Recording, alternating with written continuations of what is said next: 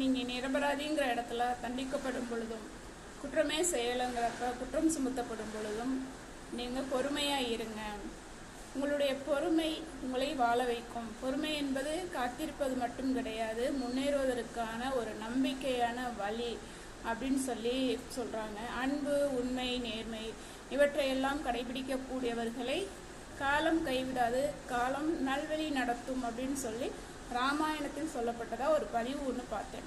இவை அனைத்தையும் ராமாயணம் எழுதப்பட்ட காலத்தில் அப்ளை பண்ணியிருந்தா சரியாக இருக்கும். நாம் வாழ்கிறது கலியுகத்தில் வாழ்ந்துட்டுருக்கோம்.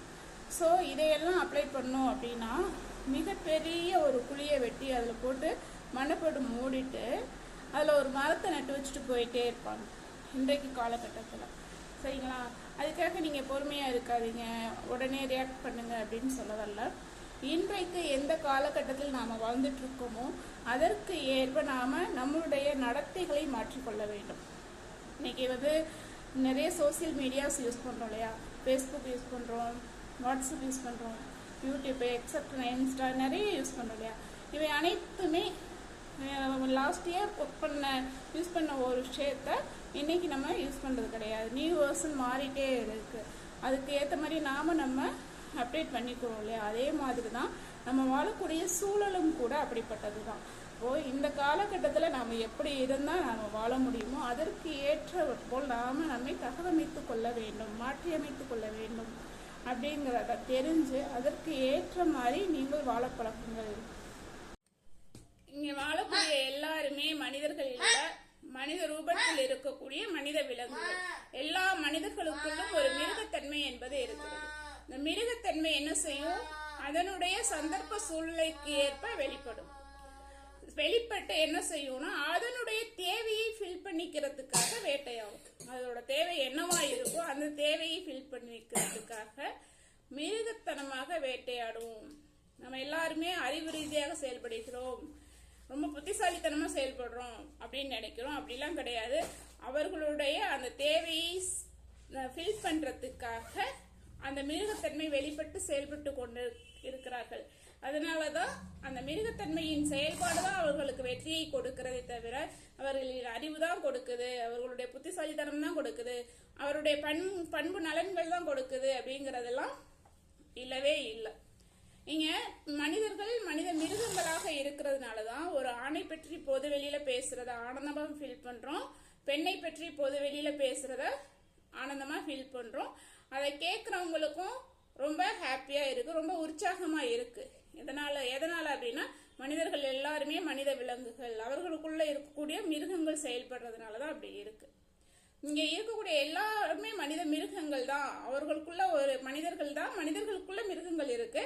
அந்த மிருகங்களிடமிருந்து நம்மை எப்படி காப்பாற்றிக் கொள்ளணும் அப்படிங்கிறத தெரிஞ்சுக்கிட்டு அவர்களிடமிருந்து நம்மை காப்பாற்றிக் கொள்வதற்கு நாம தான் தயாரா இருக்கணும்.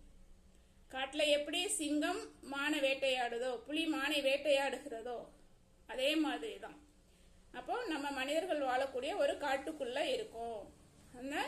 அந்த இடத்துல நம்மை காப்பாற்றிக் கொள்ளணும் அப்படிங்கறதுல நாம விழிப்புணர்வோட செயல்படணும். நம்ம வாழ்க்கைய ஹாப்பியா வாழணும் அப்படின்னா நல்லவர்களா இருக்கணும் அப்படிங்கிற அவசியம் இல்லை. நல்லவர்களா நடிக்க பழகிக்கிட்டாலே போதும். கொஞ்ச நேரம் அந்த சூழ்நிலையை சமாளிக்கிற வரைக்கும் நல்லவர்களா நடிச்சா போதும், நம்ம நல்ல ஹாப்பியா வாழ்ந்துட முடியும். ஆனா அதுக்கு நாம மறுக்கிறோம். அதனாலதான் இங்க கஷ்டப்பட்டு இருக்கோம், துன்பப்பட்டு இருக்கிறோம். இங்க எல்லாருமே ஆணவத்தால் நிரம்பியவர்கள். அது எவ்வளவு படித்தவர்களாக இருந்தாலும் சரி, படித்தவர்களாக இருக்கிற பட்சத்துல அறிவானவம் படித்தவர்களாக இருக்கிறாங்க. பொருள் ரீதியாக, பணம் ரீதியாக, பதவி ரீதியாக உயர்ந்தவர்கள் அந்தந்த தன்மைக்கு ஏற்ப ஆணவமாக இருக்கிறார்கள். இவர்கள் என்ன நினைக்கிறாங்க? நமக்கு முன்னாடி நிக்கிறவங்க நம்ம கிட்ட பணிஞ்சு பேசணும், ரெக்வஸ்டா பேசணும் அப்படின்னு நினைக்கிறாங்க. அப்போ நம்ம அந்த இடத்துல கேள்விகளை எழுப்பும் பொழுது அவர்கள் ஆணவம் தூண்டப்படுகிறது. ஒருத்தருடைய ஆணவத்தை சந்தோஷம் அடைய வச்சுட்டோம் அப்படின்னாலே நாம ஹாப்பியா வாழ்ந்துட முடியும். ஆனா இங்க எல்லாருக்குமே ஆணவம் செயல்படுறதுனால நம்ம ஒரு விஷயத்த நம்ம ஒரு சின்ன தவறு செஞ்சிட்டோம் அப்படின்னா மன்னிப்பு கேட்க மாட்டோம், ரெக்வஸ்ட் பண்ண மாட்டோம். இந்த தடவை மட்டும் நான் செஞ்சிட்டேன், இனிமேல் அதை செய்ய மாட்டேன் அப்படின்னு சொல்ல மாட்டோம். அந்த தவறு எதனால செஞ்சேன், அதோட சூழ்நிலை என்ன அப்படின்னு விளக்கம் கொடுப்போம். இந்த விளக்கம் கொடுக்கறப்போ எதிரில் உள்ளவங்களுக்கு கோபம் அதிகமாகும். நம்மளை எதிர்த்து பேசுறாங்க, நமக்கு பதில் பேசிட்டே இருக்காங்க அப்படிங்கிற அவங்களோட ஆணவம் தூண்டப்பட்டு உங்களுக்கு மேலும் மேலும் துன்பத்தை தான் கொடுப்பாங்களே தவிர உங்களுடைய துன்பத்துக்கு முற்றுப்புள்ளி வைக்க மாட்டாங்க. ஸோ பிறருடைய ஆணவத்தை ஹாப்பியா வைக்கணும் அப்படின்னா நீங்க கொஞ்சம் அந்த இடத்துல மட்டும் பணிஞ்சு போகணும். அதனாலதான் நீங்க எப்போதும் நல்லவங்களா இருக்க வேண்டாம், அந்த சூழ்நிலைகள்ல இருந்து வெளியில வர வரைக்கும் மட்டும் நல்லவங்களா நடிக்க பழகிக்கோங்க அப்படின்னு சொல்றோம். இது எல்லாருக்குமே பொருந்தும். வேலை பார்க்குறவங்களா இருக்கட்டும், ஸ்கூல்ல படிக்கக்கூடிய ஸ்டூடெண்ட்ஸா இருக்கட்டும், ஃபேமிலியில பிரச்சனைகளை எதிர்கொள்ளக்கூடியவர்களாக இருக்கட்டும், எல்லாருக்குமே இது பொருந்தும். பயன்படுத்தி பாருங்க. நிச்சயமா உங்களுக்கு சின்ன சின்ன ஹாப்பினஸ் கிடைக்கும். இந்த சின்ன சின்ன ஹாப்பினஸ் தான் வாழ்க்கை அப்படிங்கறத உணர்ந்து பெரிய ஹாப்பினஸையே நோக்கி பயணிக்காம சின்ன சின்ன விஷயங்கள்ல சந்தோஷம் அடைஞ்சு உங்க வாழ்க்கையை ஃபுல்ஃபில் பண்ணிக்கோங்க.